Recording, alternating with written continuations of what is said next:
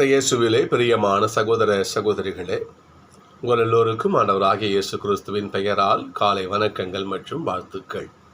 நான் உங்கள் அகஸ்டின் வேதியர். இன்று அக்டோபர் மாதம் 28ஆம் தேதி 2025ஆம் ஆண்டு. ஆண்டவரின் மடியில் 5 நிமிடங்கள். சகோதர சகோதரிகளே, பெரியோர்கள் ஒரு வார்த்தை சொல்லுவாங்க, வேத சாட்சிகளின் இரத்தம் விசுவாசத்தின் வித்துன்னு சொல்லுவாங்க.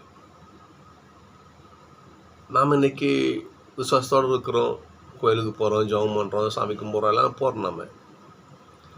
நாம் இன்னைக்கு இருக்கிற மகிழ்ச்சி தொடக்க திரு அவை காலத்தில் கிடையாது. ஏசப்பா இறந்து அந்த முதல் 100 ஆண்டுகள்னு சொல்லலாம். அந்த முதல் நூற்றாண்டு காலத்தில் திரு அவை எப்படி கஷ்டப்பட்டதோ அதை சொல்ல முடியாது. வேத கலாவணை காலம்னு சொல்லுவாங்க. டொமிசியன், வலேரியன், நீரோ இப்படிப்பட்ட கொடுங்கோளர்கள் வாழ்ந்த சொல்ல முடியும். கொடுங்கோளர்கள் வாழ்ந்த அந்த ரோம ராஜாவாக இருந்த அந்த காலகட்டம் இருக்குது. ரோமாபுரி பற்றி எரிகின்ற பொழுது நீரோ மன்னன் ஃபிடில் வாசிச்சுட்டு இருந்தான். ஒரு பொன்மொழி சொல்லுவாங்க. நீரோ ரோமை ராஜா, நீ உன் நகரம் பற்றி எரியுது, நீ மகிழ்ச்சியாக இருக்கிற. என்ன காரணம்? கொளுத்தி விட்டதே நீ தானே. புரியுதுங்களா? இந்த காலத்தில் இந்த டொமிசியன் இவங்க வாழ்ந்த காலத்தில் என்ன பண்ணுவாங்களாம், யாரெல்லாம் கிறிஸ்தவங்களோ அவங்கள பிடிச்சிட்டு வந்து திருச்சிலுவையை கீழே போட்டு என்ன பண்ணுவானா, இதை மிதிச்சுட்டு போன்னு சொல்லுவானா. மிதிச்சுட்டு போனானே உயிராக இருப்ப, இல்லை செத்து பின்னு தலை விட்டுருவான். அப்படியா உயிருக்கு பயந்தவர்கள் என்ன பண்ணுவாங்களாம், சிலுவையை மிதிச்சுட்டு போயிடுவாங்க. இன்னும் சில மக்கள் என்ன, ஆண்டவருடைய திரு உடலை சுமந்த சிலுவை இதை மிதிச்சுட்டு போய் தான் உயிர்வான அவசியம் கிடையாது. அவங்க உயரமாக நிற்பாங்க. உடனே அவங்களுக்கு மறந்துடானே, உடனே அவங்களுக்கு கொண்டுடுவாங்க. இதே போல் கிறிஸ்தவர்கள் பட்ட ரணவேதனைக்கு அளவு கிடையாது. கிறிஸ்துவ மக்களை ஒன்றா கும்பலாக கட்டி ரோமை நகரம் எங்கும் நிறுத்தி அப்படியே உயிரோடு கொளுத்துவாங்க. அதாவது பழமொழி சொல்லுவாங்க பாருங்க. பார்ப்போம், ரோமாபுரி பற்றி எரிகிறது, நீரோ மன்னங்க பிடில் வாசல் மகிழ்ச்சியாக இருக்கணும். என்ன காரணம்? நீ தான் கொல்றதை கொலை பண்ணுறது நீ தானே. நீ என்ன பண்ணுவ? நீ மகிழ்ச்சி தான் இருப்ப. நீ இவ்வாறாக அன்று அந்த மக்கள், அந்த வேத சாட்சிகள் இந்த விசுவாசத்தை காப்பாற்றவில்லை என்றால் இந்த கிறிஸ்துவ உலகத்தில் இருக்காது. அப்படிப்பட்ட அந்த வேத சாட்சிகள் தான் இன்றைய விசுவாசத்துக்கான விதையாக இருந்தார்கள். திருத்தூர்கள் அப்படிதானே. ராய்ப்ப தலைகீழாக என்ன பண்ணாரு, சிலுவையில் அறையப்பட்டார். நமது மண்ணிற்கு அந்த தோமையார் இல்லையா, ஈட்டியால் ஊடுருவ குத்துண்டு இறந்தார். ஒவ்வொரு திருத்தூதர்களும் ஆண்டவர் இயேசுக்காக மரித்தவர்கள். அப்படி இயேசப்பாக மரித்த 2 திருத்தூரில் விழா நினைக்கம் கொண்டாடுறோம் நாம் இன்னைக்கு. ஒன்று தூய சீமோன், இன்னொன்று தூய யூதா ததேயு. இன்னைக்கு முதல் வாசகம் பாருங்களேன், எபேசியர் முதல் வாசகம் பாருங்க. இன்னைக்கு பவுல் சொல்ல பாருங்க, பார்ப்போம். திருத்தூதர்களையும் இறைவாக்கினர்களையும் அடித்தளமாக ஆண்டவர் இயேசுவை மூளை கல்லாக கொண்ட திருக்கூட்டம் நீங்கள். இந்த திருச்சபை இருக்குது, இயேசப்பாவினுடைய மையத்தில் அவரை மையமாக கொண்டு இயங்கி கொண்டிருக்கிறது. அது மட்டும் இல்லாமல் இந்த திரு அவை என்கின்ற இந்த கட்டட இந்த பில்டிங்க்கு எது அடித்தளம், எது கடகால், எது பேஸ்மெண்ட்டுன்னா திருத்தூதர்கள், இறைவாக்கினர்கள், ஆண்டவருக்காக உயிரை கொடுத்த வேத சாட்சிகள். இன்னைக்கு நம்ம இருக்கிற திரு அவைக்கெல்லாம் அவங்க அடிப்படை. அவங்க இல்லைன்னா திரு அவை கிடையாது. அப்படி திரு அவைக்கு மையமாக இருந்த கொடான கோடி பேர் இல்லை, முதன்மையாக இருக்கிறவங்க திருத்தூதர்கள். எசப்பா கூட வாழ்ந்தவங்க. அதில் 2 பேரை பற்றி நம்ம பார்க்கலாம். நம்ம இன்னைக்கு முதல்ல யூதா ததேயு.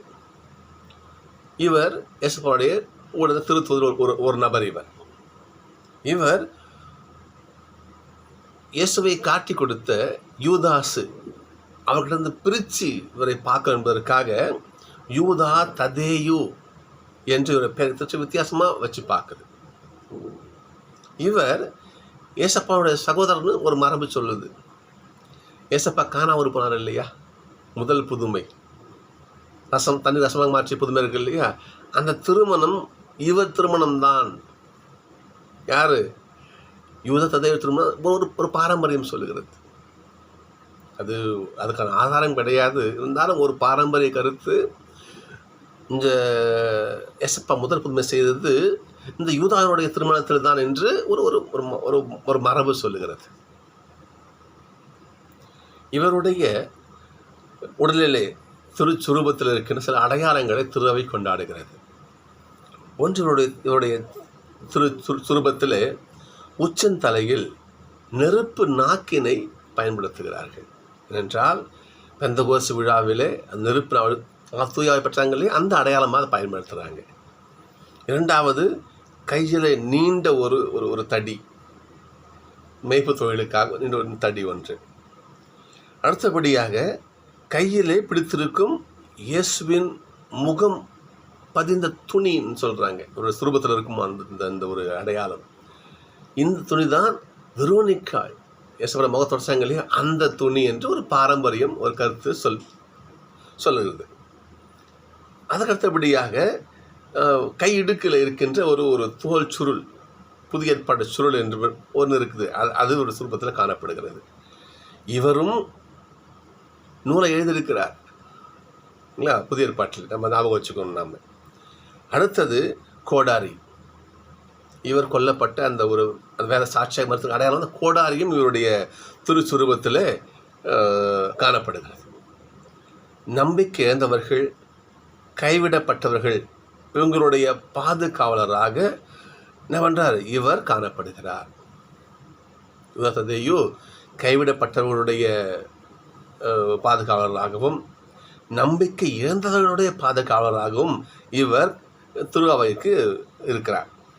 சகோதரர்களே, இவரை நினைவு கூறும் நாம் திரு அவையிலே நம்பிக்கை குன்றியவர்கள் இல்லையா, திரு அவையால் கைவிடப்பட்டவர்கள்.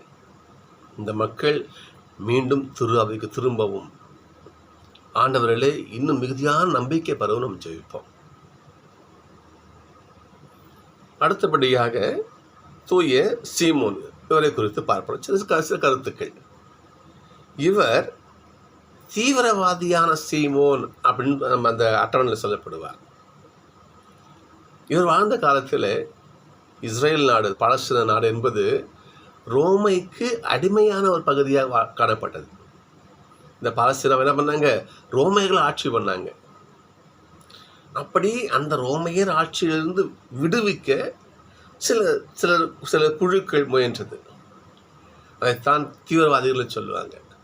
அதிலே ஒருவர் தான் இவர். ஏசப்பா என்ன நினைச்சாரு? ஏசப்பா பற்றி சீமோன் நினச்சிருக்கணும், ஏசப்பா யூதர்கிட்ட, அதாவது ரோமையர்கிட்ட விடுதலையை வாங்கி கொடுப்பார் என்று தான் அந்த எண்ணத்தால் தான் கண்டிப்பாக ஏசப்பா இருந்திருக்கணும் இவர். எனவே தான் இவரை தீவிரவாதியான சீமோன் என்று பைபிளில் அடையாளம் காணப்படுகிறது. திருத்தூதரான சீமோன் இவர் ஏசப்பானுடைய உயிர்ப்புக்கு பிறகு எகிப்து நாட்டிலே ஆண்டவரை அறிவித்ததாகவும், அதன் பிறகு பெர்ஷியா சென்று அந்த பெர்ஷியா பகுதிகளிலே ஏசப்பாவை ஆண்டவர் இறையாட்சியை அங்கே அறிவித்து அங்கேயே வேத சாட்சியாக மரித்ததாக நம்பப்படுகிறது. சகோதரர்களே, திரு அவைக்காக, அவனுடைய வார்த்தைக்காக மரித்த 2 பேர் நமக்கு தியானிச்சு நாம் இன்னைக்கு. ஒன்று சீமோன், 2வது யூதா ததேயு. நாம் இவர்களை பின்பற்றுவோம். இவரை பின்பற்றி அவனுடைய வார்த்தையை, கடவுளை வார்த்தையை முடிந்தவரை பிற மக்களுக்கு அறிவிக்க முயற்சி செய்வோம். அதற்காக ஆண்டவரிடத்திலே ஜெபிப்போம். இந்த திருதூரம் ஜெபிப்போம். ஜெபித்து அவனுடைய வார்த்தை உலகிலே பரவ நாமும் காரணமாக இருப்போம்.